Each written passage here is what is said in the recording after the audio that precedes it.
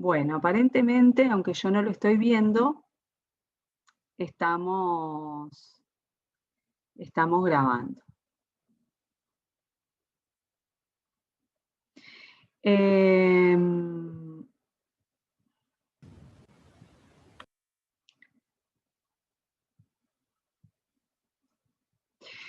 Bueno, bienvenidos entonces al módulo 4. Vamos a comenzar con el tema de medicamentos del metabolismo del sistema endocrino, ¿sí? Y vamos a empezar con diabetes, que es un tema que a mí particularmente me resulta muy interesante. Es un tema muy lindo y es muy importante además que ustedes manejen adecuadamente todo lo que tiene que ver con la farmacología del tratamiento de la diabetes, porque son medicamentos que algunos por sus características, en todo lo que tiene que ver la parte, por ejemplo, de frío, conservación en heladera, y los otros, porque tienen que ver con la cronicidad, los efectos adversos, son importantes que los manejen, ¿tá? Yo hoy, chiquilines, la idea era dar casi todo diabetes, va a estar difícil, ¿no? Porque además esperamos un tiempo. Vamos a tener clases más o menos hasta 11:30, ¿sí? Vamos a perder capaz que media horita hoy, pero la vamos a ir recuperando en estos días, ¿tá? Si se nos llegara a cortar, porque yo no sé si la reserva del salón no tiene, o sea, tenemos reserva de otra persona exactamente después que nosotros, bueno, vamos a ver cómo recuperar esta hora, ¿tá? Capaz que lo podemos correr un poquito hacia el final. Bueno, vamos a hablar de qué es la diabetes. Y la diabetes para muchos, y es importante, ¿no? Que van a trabajar en la salud, que digan diabetes y no diabetes, ¿tá? Porque es una de las cosas que uno después escucha, ¿tá? La diabetes, más que una enfermedad, es un síndrome, porque todos estamos muy acostumbrados a relacionar a la diabetes con el azúcar, ¿sí? La glucosa alta en sangre. Pero ustedes tienen que saber que además de tener la glucosa alta en sangre, el paciente diabético tiene muchísimas otras complicaciones. Tiene problemas con los lípidos, ¿sí? Tiene problemas con las proteínas, tiene problemas con su peso, tiene problemas cardiovasculares. Entonces, un poco entender que asegurarnos de que los niveles de glucosa en sangre sean los adecuados impacta en muchísimas cosas y no solamente en los niveles de glucosa, ¿tá? ¿Por qué se produce esta enfermedad? Bueno, la diabetes se caracteriza porque hay un estado de hiperglicemia crónica. Hiperglicemia, niveles altos de azúcar en sangre, ¿tá? Y crónico quiere decir que es mantenido. A veces, en ciertos momentos de nuestra vida, nosotros podemos atravesar, ¿sí? Momentos particulares donde el azúcar nos puede subir. Pero acá estamos hablando de cronicidad, algo que se mantiene, ¿tá?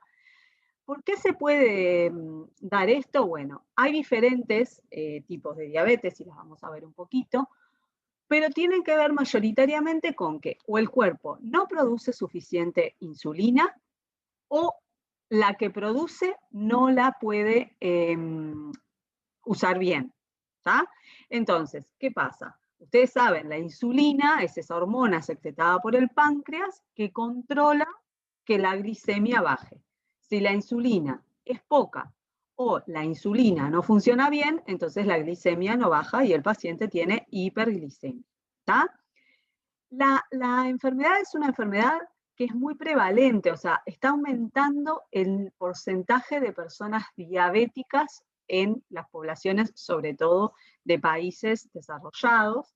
Y como ustedes sabrán, para ciertas cosas, capaz que para la parte económica, no nos comportamos como un país desarrollado, pero para la parte muchas veces de enfermedades, sí.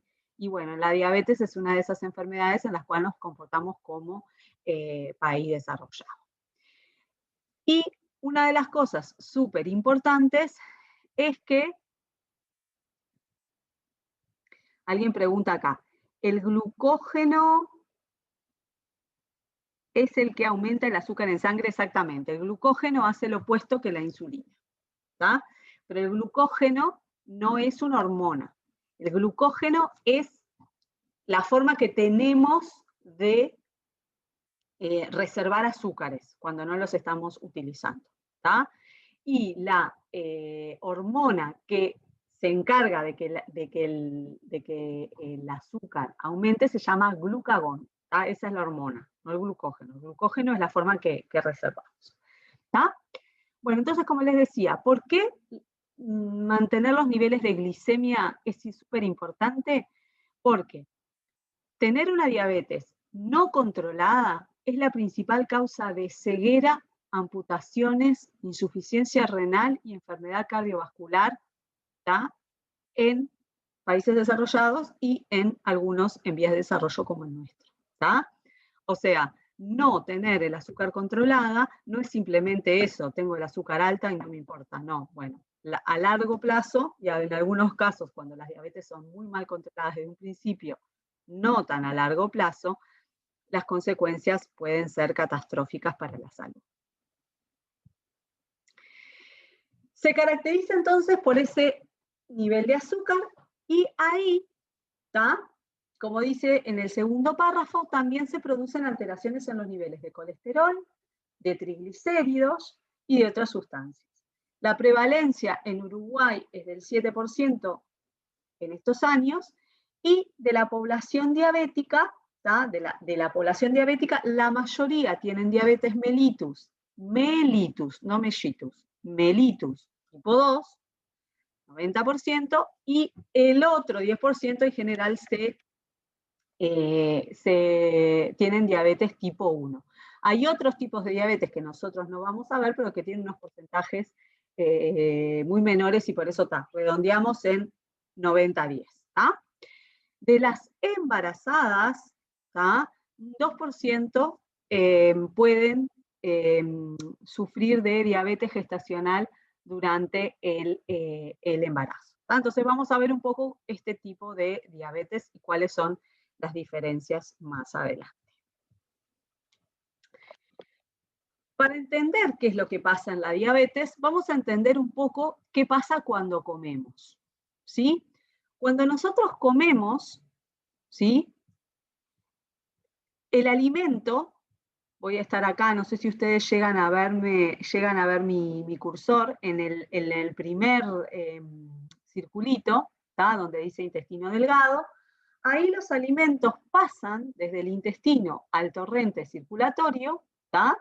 Y entre los alimentos que pasan los azúcares, ¿tá? Que son degradados a partir de azúcares más grandes en azúcares menores como la glucosa y la sacarosa, lactosa, fructosa, ¿sí? Bueno, esos azúcares que pasan llegan, ¿sí?, al torrente circulatorio y aumentan la concentración de glucosa en sangre.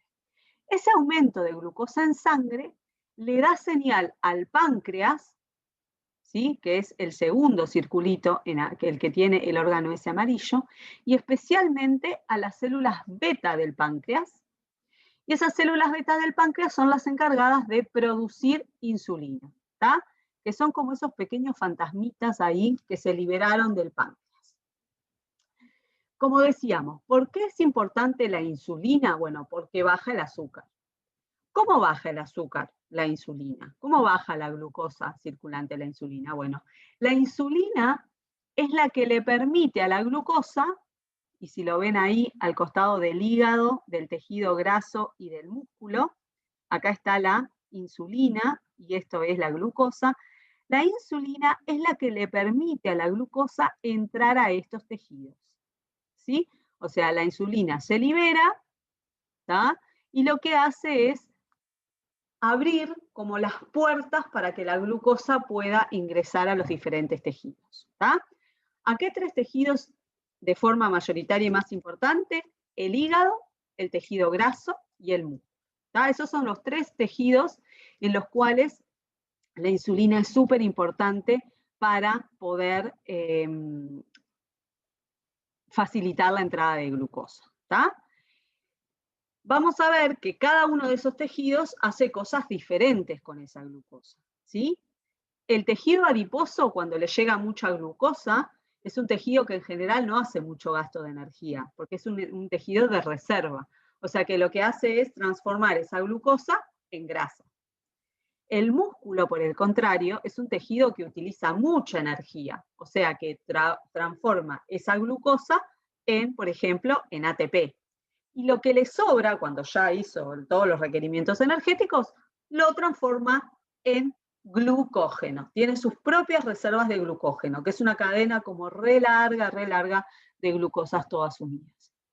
Y el hígado es un órgano súper importante, porque él tiene requerimientos energéticos, pero además es el que tiene las reservas de glucógeno más grandes, porque es el encargado de controlar la glicemia de todo el organismo. ¿Ah? Entonces, en ese caso, el hígado gasta un poco de esa glucosa para sus necesidades energéticas y el resto las reserva como glucógeno. ¿Cómo saben, cómo dejan entrar esos tejidos a la glucosa al organismo? Bueno, la dejan entrar en la medida que la insulina da las señales necesarias, que ahora las vamos a ver. ¿Está? Hay un órgano, ¿sí?, que es el cerebro, y en el cerebro la entrada de glucosa no es dependiente de insulina. O sea, al cerebro la glucosa puede entrar de forma libre. ¿Por qué? Bueno, porque es uno de los órganos que tenemos que preservar de mejor manera. ¿Ah? La otra señal súper importante que se da a nivel del estómago, ¿sí?, y también después con liberación a nivel del tracto gastrointestinal, se llaman las incretinas, que son también moléculas peptídicas que tienen capacidad de promover la liberación de insulina y frenar la liberación de glucagón. Estas moléculas son súper importantes, además, porque le dan la señal al organismo de saciedad. En el centro del hambre, cuando yo después de comer, ¿sí?, una de las formas que tengo de que se comunique al cerebro de que estoy satisfecho, de que ya no debo seguir consumiendo comida, es a través de las incretinas. ¿Alguna duda hasta acá, chiquilines? Bueno, si nadie presenta, a ver, bueno, a ver. Perfecto. Bien, Dayana, digo lo de la liberación de insulina. Lo que yo les decía es que la insulina se libera cuando en el páncreas, en las células beta, ¿sí?, se detecta que hay altos niveles de azúcar. O sea, la insulina es la respuesta a que aumentaron los niveles de azúcar, de glucosa en sangre, entonces las células betas liberan insulina. ¿Qué sucede muchas veces? Bueno, en las personas con diabetes, esas señales para que se libere insulina están funcionando mal.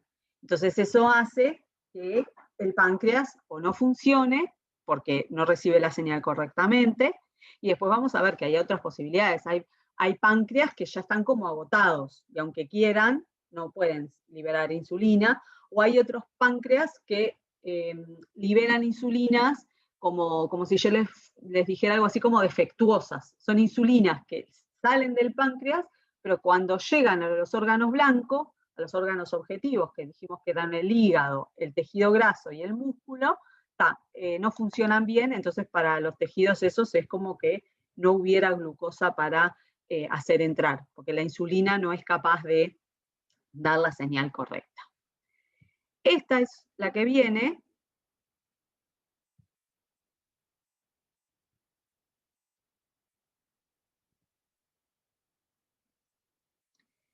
A ver, explico un poquito lo de las incretinas. Las incretinas se forman en el tracto gastrointestinal, se liberan cuando aumentan los niveles de comida de glucosa. ¿Tá? Son hormonas. ¿Tá?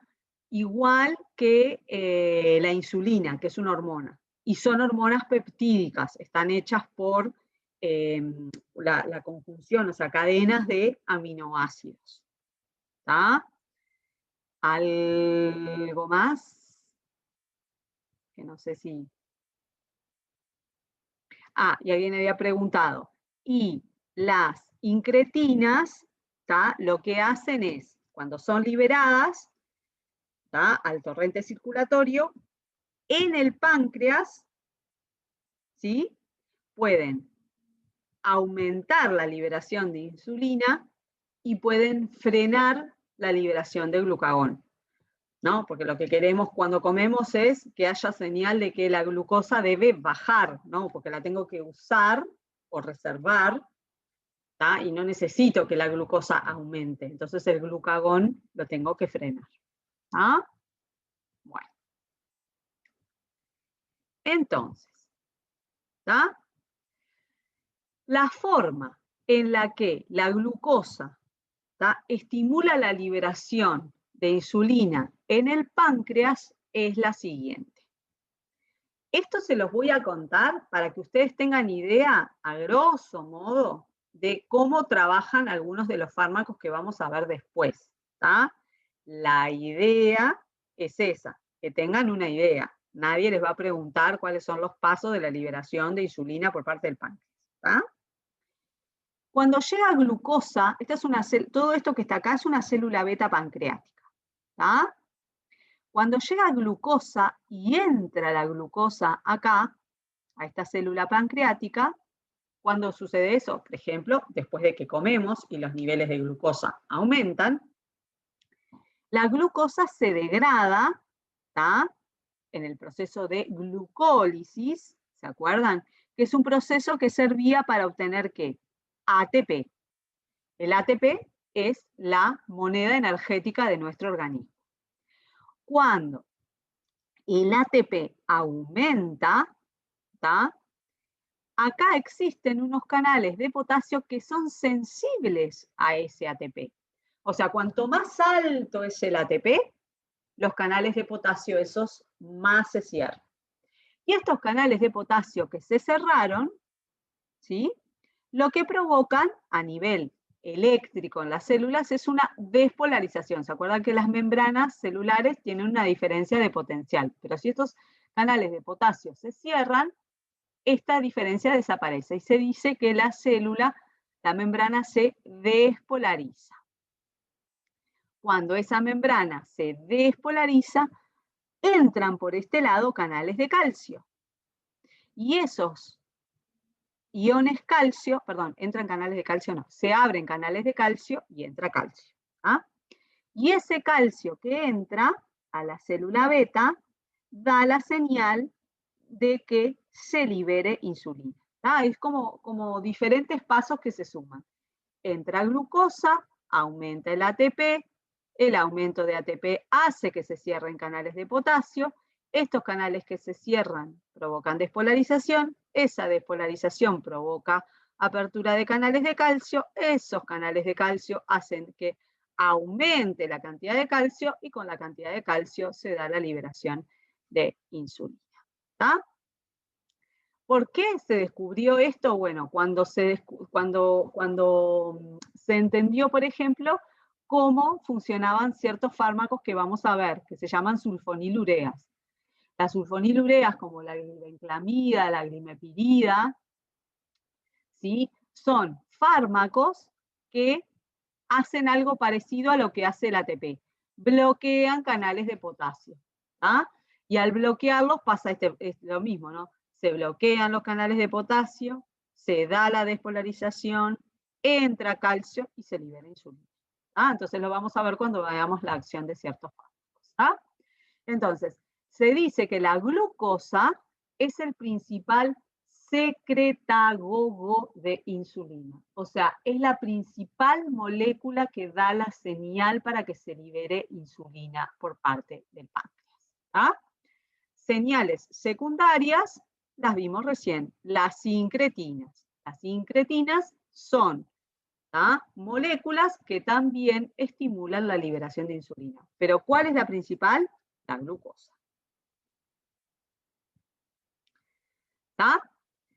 Bueno, ¿y cómo funciona la insulina? ¿Se acuerdan que les dije? Hoy teníamos como ese fantasmita que le daba la mano a la glucosa para entrar, que bueno, es como un dibujito súper lindo y muy educativo, pero como vamos a hablar de fármacos, hay que poder poner las cosas en un contexto un poco más serio. Acá, esta es una membrana celular, que podría ser, ¿sí?, la membrana celular de los 3 órganos blancos de la insulina. ¿Cuáles eran los 3 órganos blancos de la insulina? Espero respuestas. ¿Por chat o por...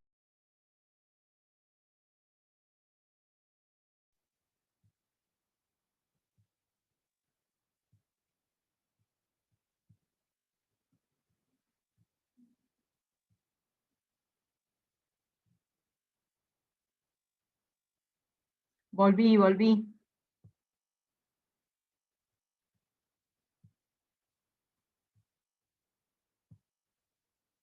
¿Me escuchan, chiquilines?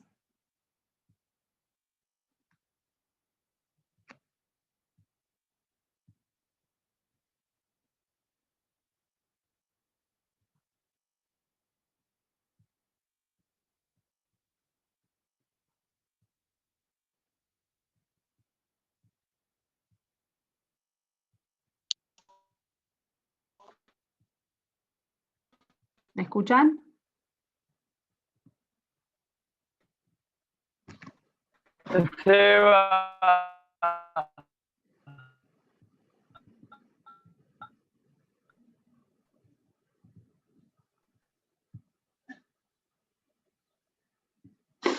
Está perfecto, me escuchan. Bien.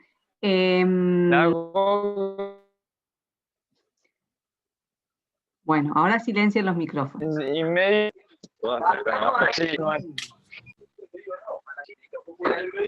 Bueno, alguien que silencie sus micrófonos.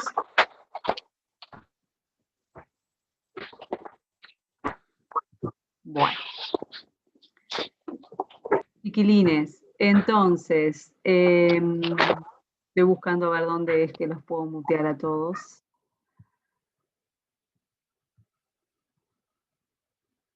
Creo que ahora estamos. Bien.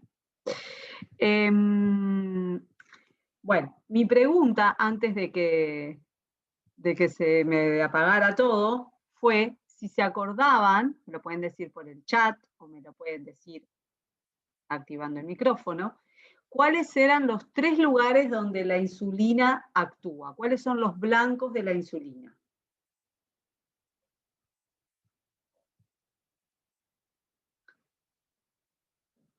Músculo, tejido adiposo e hígado. Muy bien. Entonces, perfecto.